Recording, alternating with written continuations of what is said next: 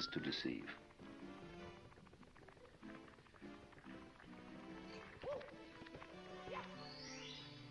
Think of camouflage, the chameleon who changes its color. Think of the butterfly pretending it has eyes. Think of the flower saying to the bee, "Like my honey?" The bee says, "Wow." But then that means that the bee has to be, and it has to go on living, and all the trouble it takes to go around collecting honey and raising other bees and organizing itself and doing that dance which tells the other bees where there's more honey. There's all that stuff to do. But the flower was deceptive. Now, in the same way, I've often said life is a drama, and a drama is a deception. It's a big act. And you know my metaphor, which came up very amusingly in San Jose, where I liken a human being to an onion. Because when you peel an onion and you don't really understand the nature of an onion, you might look for the pit in the center, like any ordinary fruit has. But the onion doesn't have a center. It's all skins. And so when you get right down, there's nothing but a bunch of skins. You say, well, that was a kind of disappointing. But of course you have to understand that the skins were the part that you eat. Well, in rather the same way, you see, you find when you explore yourself and your motivations, and you go through and through and you try to find out that thing which is really genuine. That's why in Zen discipline, they give you koans which require a perfectly genuine act, an act of total and absolute sincerity. And people knock themselves out trying to do this thing, but they always know that the master's going to catch them, because he reads their thought. You know that story of von Kleist about the man who had a fight with a bear, and the bear could read his thoughts, so that the only way of hitting the bear was to do so not on purpose, because the bear would know in advance. So it's the same in working with a Zen master. You have to do the genuine act, not on purpose. But since you're put in a situation where it's rather formal and you're supposed to do it on purpose, you're stuck, you see. So you explore the onion, and you go in and in and in. They want this kind of car, they want this kind of dress, or so on, and this much money, and so on. It's always a good idea to think it right. The way we play the survival game has a kind of element in it which makes it difficult. Yesterday afternoon,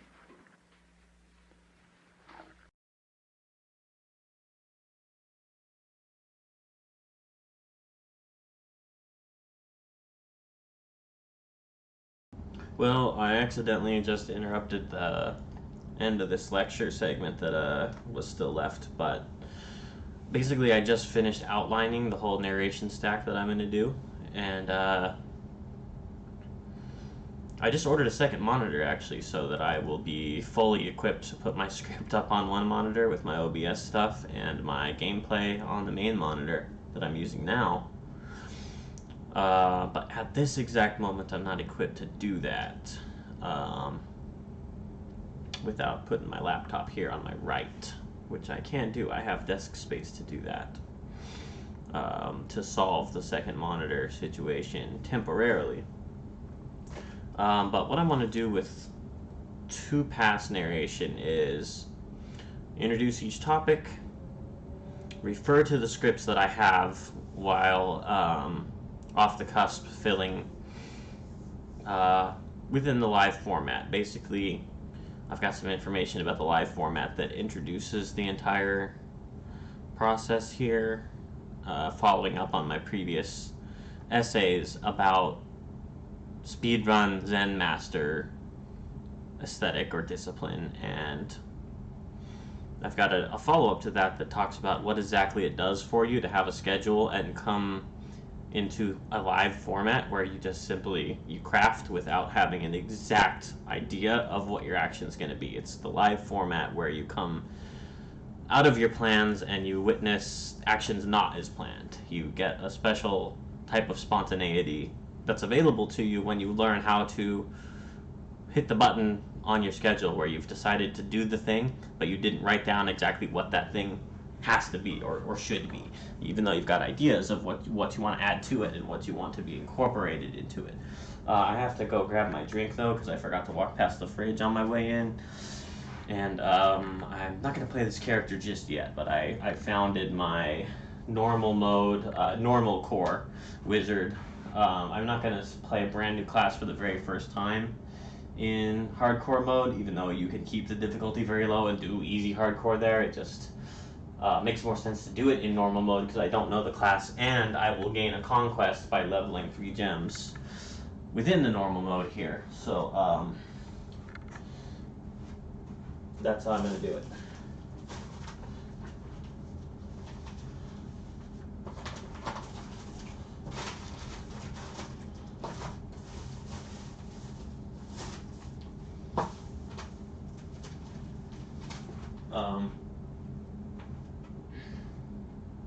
Oh, and I gotta put my lunch in the fridge too, real quick. Get my drink from the fridge.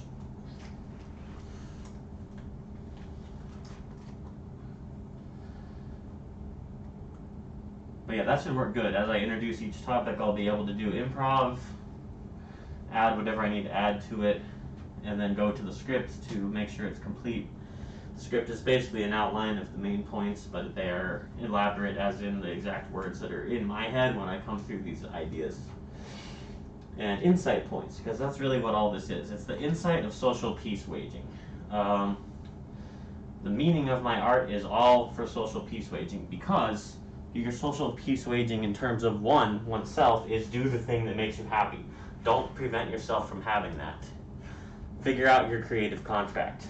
And don't allow it to be suppressed. If you allow that to be suppressed or you participate in that, then you destroy yourself. If there's only expressing or destroying, if you're not doing the expressing and you're resisting that, it builds up. If you do not bring forth what is within you will destroy you. If you bring forth what is within you will save you.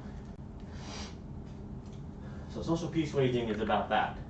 Realizing that you have to take the steps that make you well. If you don't, it's great suffering. And then social peace waging rolls forth from there. It rises because you're pushing your joy to the front and letting it be seen. You're not free unless you free somebody else. It happens of itself when you actually practice this. Your waging of social peace for yourself helps others because there are other people being oppressed and infringed by the same things oppressing and infringing you.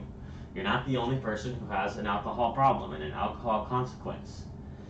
And even if not every person who has an alcohol problem or consequence gets into crazy withdrawals, and the illness of withdrawal, the real alcohol sickness, and they may not act out in such a way that it's a social disaster, that they get violent or they yell at people violently in a way that's socially inappropriate, but some of them do, but some of them don't. Some people's alcohol consequence is completely silent and completely alone, and they can't even reach out to anyone for help, and their despair is invisible, but it's there. And that alcohol consequence, when you get that message, you see that you are in despair. And you don't have to be an angry person creating a scene or getting yourself arrested or crashing a car. You still get the alcohol message. This is, I'm skipping ahead to this when I'm talking about it. This is why I like to go off the cusp, because the full development of this part is halfway into the narration, so I'll get into it. But this is the whole fucking thing of you've accidentally harmed yourself, and that's the message. You get the message at that point that you realize, oh shit, I've taken damage. My save file's going to be deleted. What should I do? And you have the freedom at that moment, the voluntary ability to reduce the harm against yourself, to love yourself, to express love. You get that chance only because you made the choice yourself to do an action which showed you information but that harmed you or led ultimately to harm, because it's not expressing you at the end. It is only expressing information which allows you to see that expression of you and see the benefit of it. You couldn't understand the goodness of your freedom to say your truth without accidentally falling down a pit that really fucking hurt and explained to you in the metaphysical sense the only way there is knowledge, the only knowledge there can be, XP, the actual experience.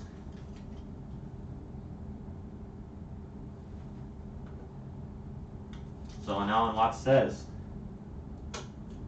that's the sly man, he just leaves without making any announcement, that's what he means. That's when you defeat the harmful thing, the bad pattern, the addiction. You defeat it at the moment you understand that you couldn't have acted any other way. The only possible behavior you could have had was what you already did for that moment. And at that moment, it's almost like the departure from the harm, like it already happened. You already departed before you even felt the harm.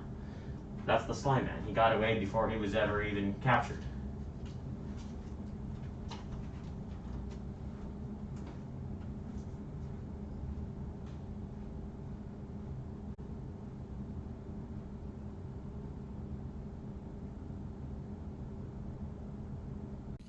So the cosmic chess is essentially the game of off and on, the game of yes and no.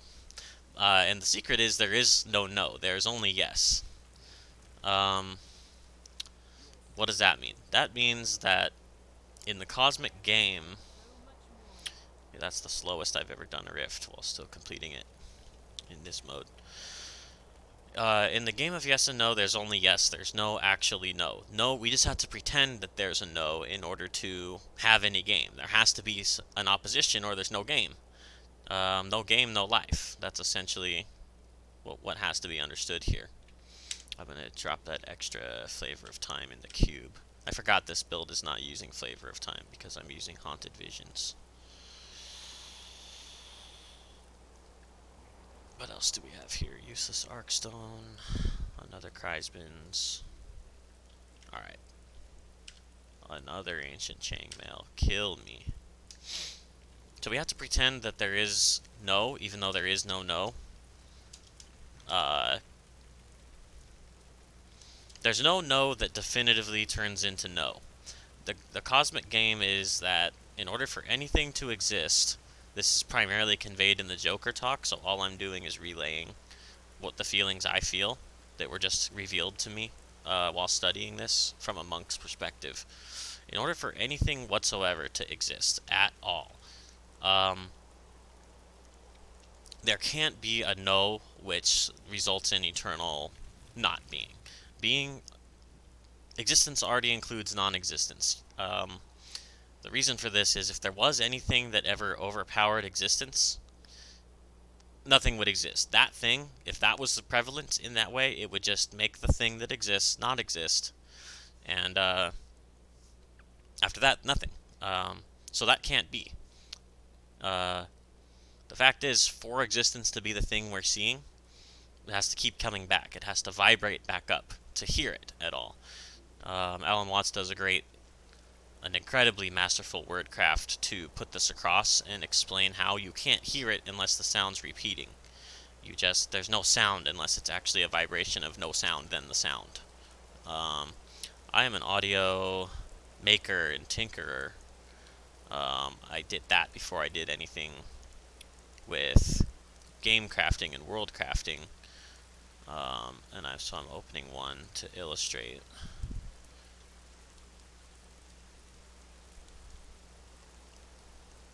Well, none of the ones I want are here, so let me jump over to my stack. Okay, here we go. It's the Jingity Jing alert. I'm gonna change the output to speakers. There we go.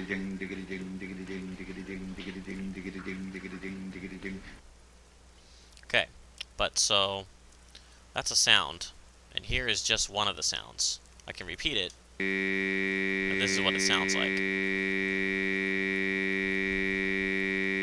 It is a sound, we are hearing it, but there is still a small pulsation in that.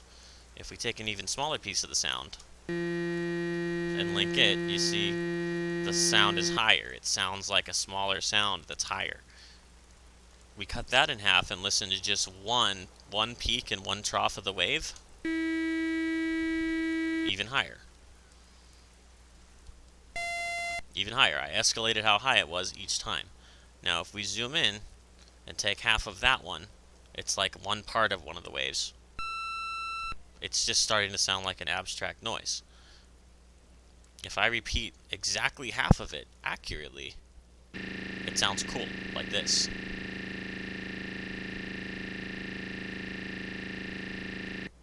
But that's this sound being played differently.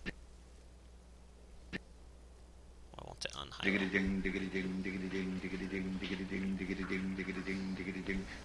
So you can't have any off that overpowers and wins. You can't have a no that wins the game of yes and no.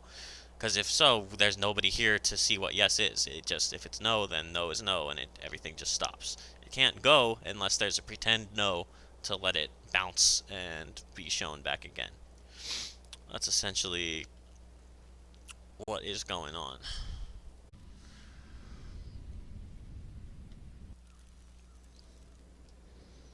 One awesome thing about creative piece, the circumstance from which I'm trying to describe art making and the gathering of creativity that it is when we are here just hanging out, because it's super calming and super liberating, really. It's the liberation practice is to hang out in a creative context.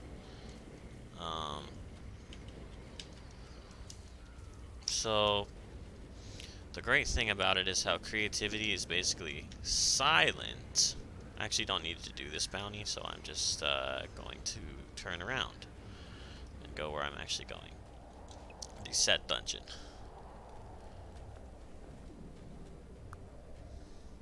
Yes, here it is. Okay, see if we can one-shot it. Literally, you just have to destroy all the enemies. They don't even impose any special requirement. You just have to have the bonuses active, which in hardcore I'm already used to doing, because you're literally going to die if you fail to do that.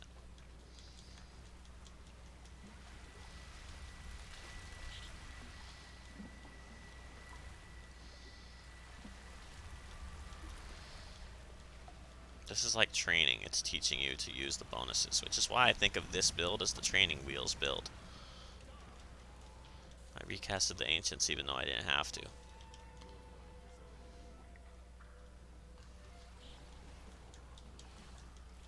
So if you come here to gather in the creative piece, it's predicated upon silently being here is awesome. This is a place where conversations can take place, but they're not necessary. Creativity is perfectly happy just being left alone to sit there calmly. So that is the meaning of my inviting you into the monastery. What it is a place for quiet peace. If we want to have a discussion or a debate or questions, my door's open for that. I want to know your question. I want you to know your question. So the process of questioning and taking the question path is how we get there. And we go from the silent place to one where the question's purpose has been made manifest. There is a time limit, but it's like absurdly easy. As long as you don't like go back to the beginning, not using your map, and you backtrack when you shouldn't. Here I'm only backtracking because I know that this is a little loop.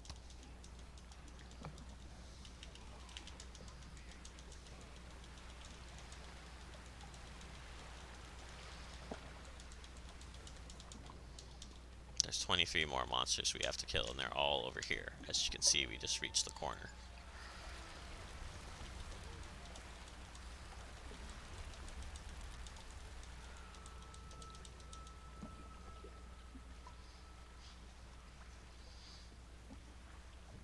Your time, 2:26. We did it in 50% of the target.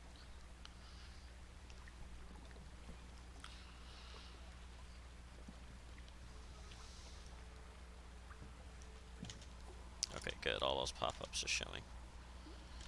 I've got the screen in the exact right position for this. Dank.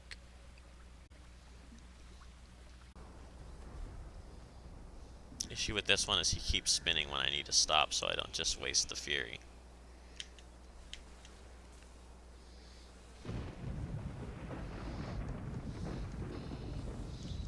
But the whole essence of that silent participation is already built into what I make, because I made anything that I've made so I can listen to it later and like fall asleep listening to it. That's what it's for. So, well, that was a little bit of a strange.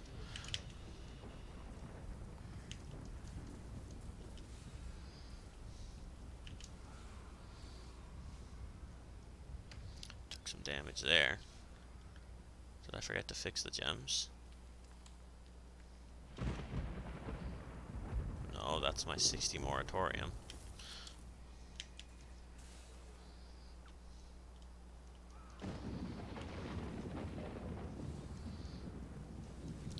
Everything I've made is so I could silently listen to it later. And so all I'm doing is continuing along the thread of that feeling. The Band of Might is extremely important to repeat.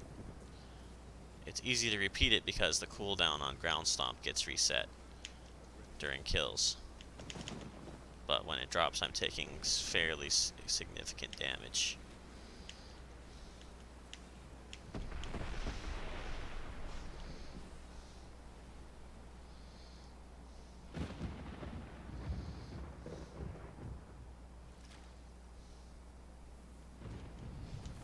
Short floor.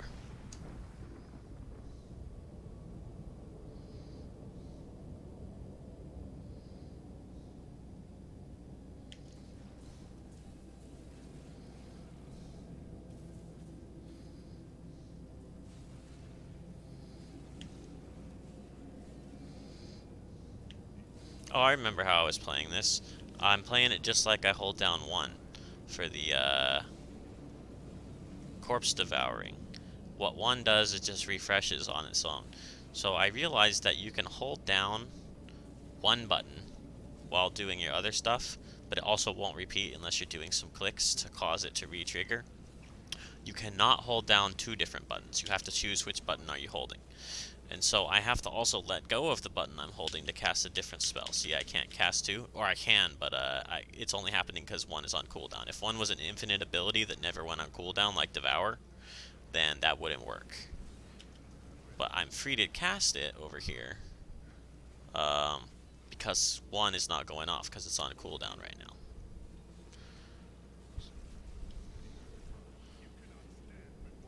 That's why it was working so well, because I got into the rhythm of just holding 1. If I don't hold it, I forgot to push the button. I can't keep it on deck to decide to use it on purpose, because then I accidentally end up taking damage, and that's fucking dangerous. I have 2 clones out right now. I wish I could look like these clones. That would be what I would reward as the ultimate cosmetic reward if you master the whole season and do it in hardcore mode. I would give you access to the cosmetic appearance of these red clones, or to maybe choose the color. Maybe you want to be a different color because you don't want to be a dark red. That's fine. If I was designing that reward, I would say to you, that's fine, choose the color you want. Because I would do it the same way they did the red soul gem. The red soul gem is a helmet you earn during the Tristram event, which happens in January. Which is actually the only reason I bought this game, because I heard about that event like a couple of years after it had already been running. I think I caught the 3rd or 4th one. And so I bought the game when it went on sale.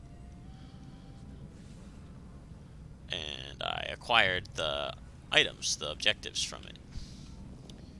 And so the red gem changes your helm appearance into just the soul stone look from the original Diablo. But I would make a gem just like that, not a gem, but it would actually be a helm slot. But what the helm slot does is it changes your character's appearance to the red. By default, it's colored red with the dye, and then you could use dye to change its color. At the transmog station, you could change the color to a different one that you choose.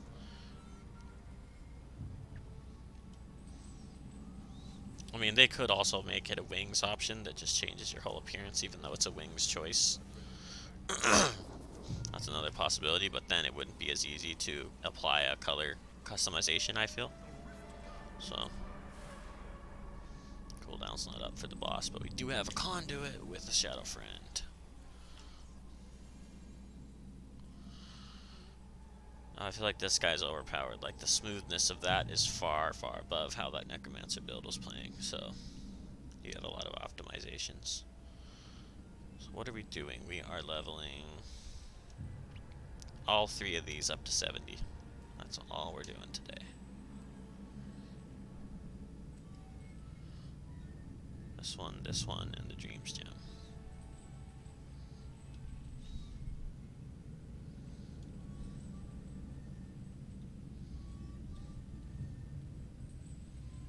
Damage to elites is not our concern, it's incoming damage that we're concerned with. Really. So I am going to swap that one out to the life per second gem. I feel like that combo with Moratorium is just a very, very good death blow preventer, even if you don't necessarily have a lot of life per second in the build. I think this is the best way. Why are we in Act 3?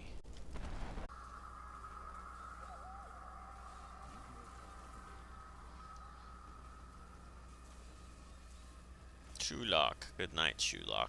Have a nice nap.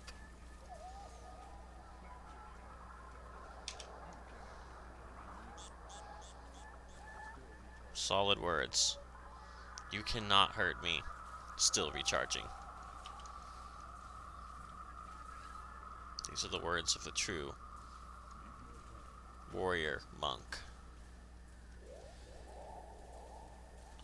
He understands when something is still recharging and when he's able to use it.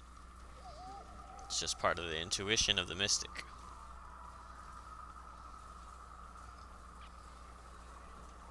Genius. It's trivial, especially when we have Wrath of the Berserker back up. When we come off cooldown, good night.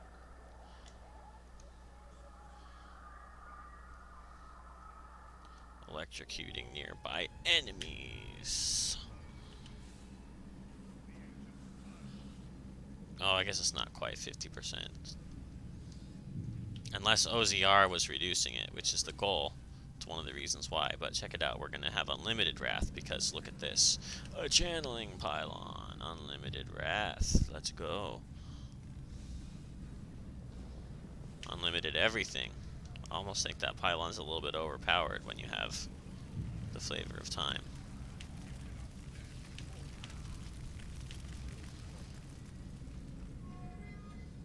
See, I don't even have to spend Fury right now.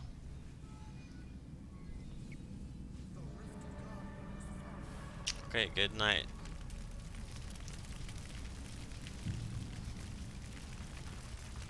That was effortless. Let's continue. This is great.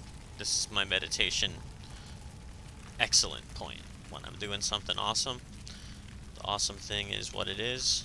Nothing more and nothing less, and we're doing it.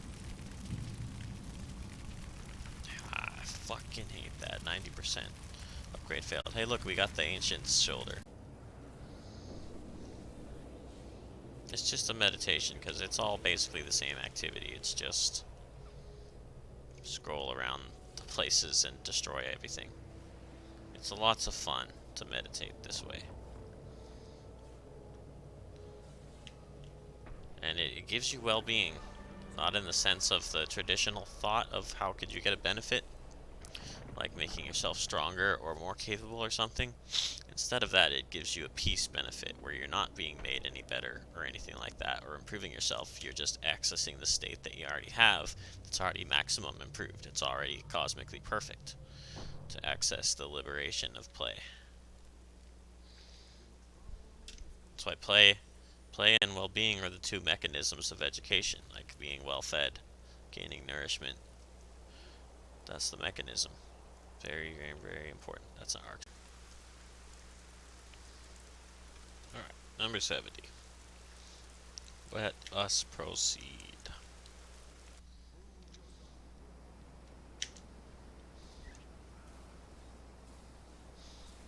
This one's supposed to be serious fucking business. How badly can we crush it? Or possibly be crushed by it? Let's find out. The cosmic drama. That's what you need. You need to carry on your inmost passion, but do not stand in a place that's completely safe where it can never ever be heard or experienced by the outside world. The danger inherent to showing instead of defending yourself is what keeps life flowing in a way that doesn't get old, doesn't cause you to want to reset the fucking game and start a new save file. You get there when you get there, and when you do get there, you will reset the save file. It will be reset.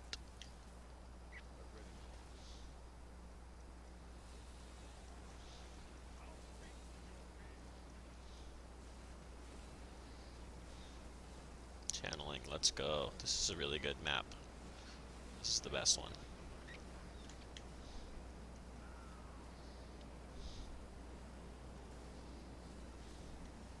Okay, we don't need to do that many stomps,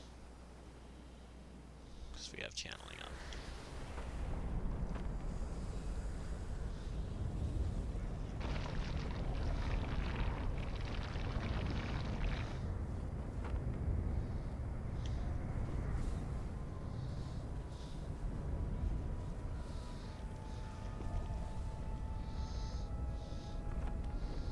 Just some very calming music here to help you destroy all your enemies.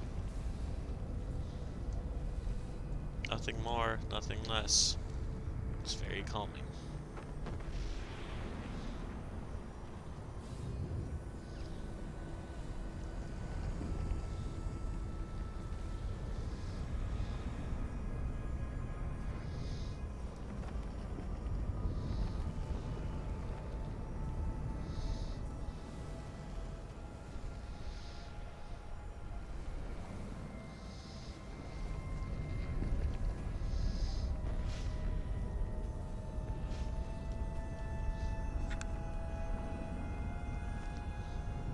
That noise is, in fact, coming from the music. Just had to check to make sure I wasn't hearing some kind of other chime. Just part of the interesting layer when you actually enable the music.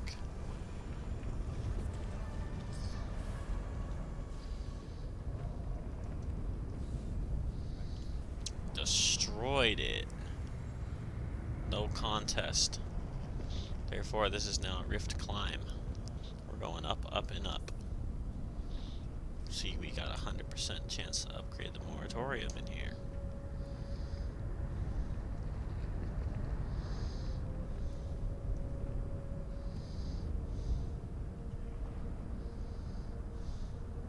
$252.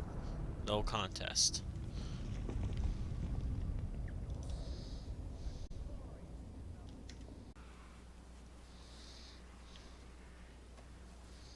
This is overpowered. Straight up. I think this build is stronger than anything else I've played across the recent seasons.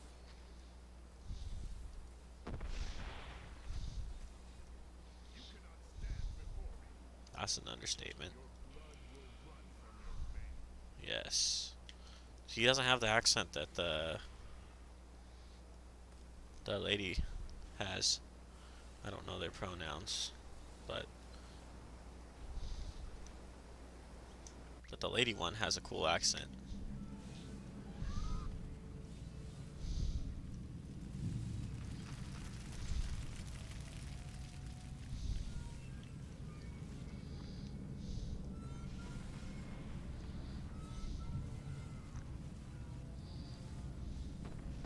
Chains of Harm. You can hear the harm chains in this dungeon. Harm chains is also a term I use to describe the thing that's locking your inner child in prison. the ways your inner child was harmed by you or others, those are the harm chains. To liberate your inner child from the harm chains is to access creative consciousness, where you've freed that child to spontaneously manifest into your behavior. And that's creative behavior. It's spontaneity, which you can't plan it or force it. The only way it's ever going to happen is by freeing that child that's chained up inside. Because that is you. The inner child is you. There's no other way about it. You can't go around pretending like the you where that child's locked up in prison is the real you. It's not. Prisons are against the order of nature. Nature doesn't do imprisonment.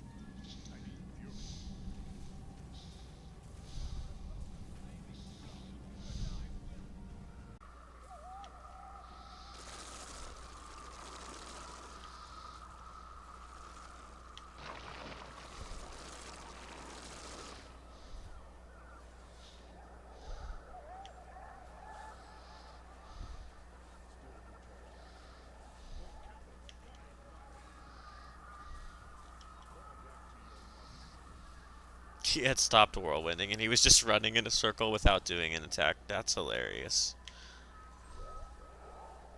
Because that's what happens. I'm not holding down one, I'm just recasting it. But when I do, it stops the whirlwind and the guy's just running. You fucking guy, just running. Shielding, let's go.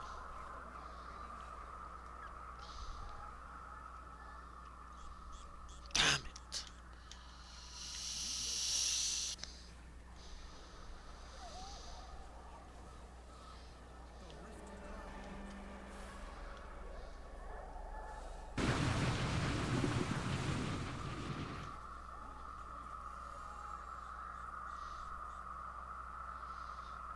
That's called farm status on number 75.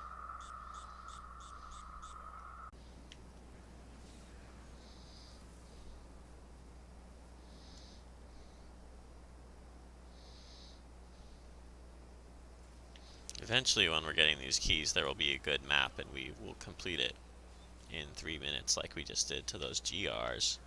And we will be completing the final challenge that we need to temper for the top tier, the final season objectives or task list.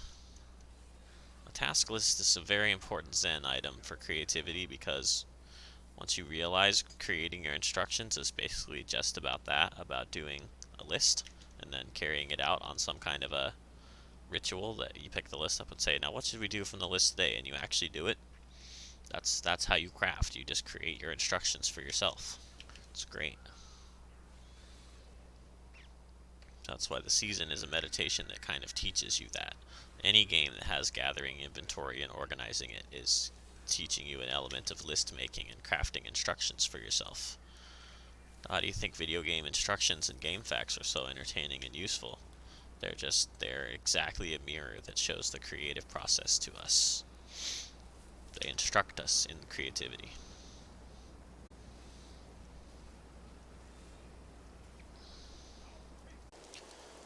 I'm telling him that you can experience the role of creative audience. Trying to show him how to install Twitch on the phone so that he can call or he can text chat in to the stream experience, or just be present from an aspect of just sit and listen. I don't really need it to be a conversation with you all the time because I'm here doing this just to share the creativity. But that aspect of him being able to bring it up on his phone, what I'm doing, and us continue talking, that's an aspect of me saying, I'm inviting you over to my house. That's the whole message of Peacecraft Zen Monastery. That is my house. It is where I live. We'll begin the whole narration with this premise after I cover the harm reduction, social peace waging part. It'll pivot into the Peacecraft Monastery, and then the whole main content of this narration opens from there.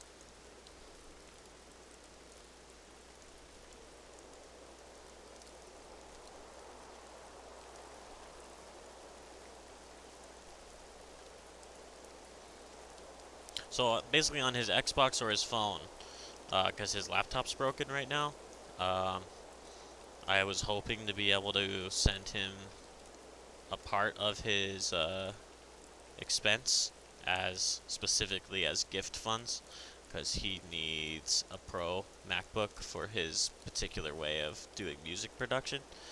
But that's something I want to do to help his objective, because then he could just pop onto the Twitch page. But I mean, he could use his phone or his Xbox to still come here and be part of this.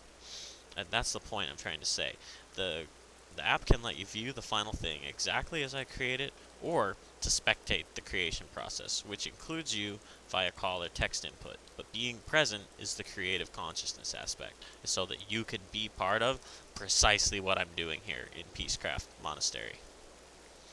I invite all of you to just be part of this, and if you have questions, bring them. If you don't have questions, don't bring them. Just bring yourself. This is where we are. There's only now.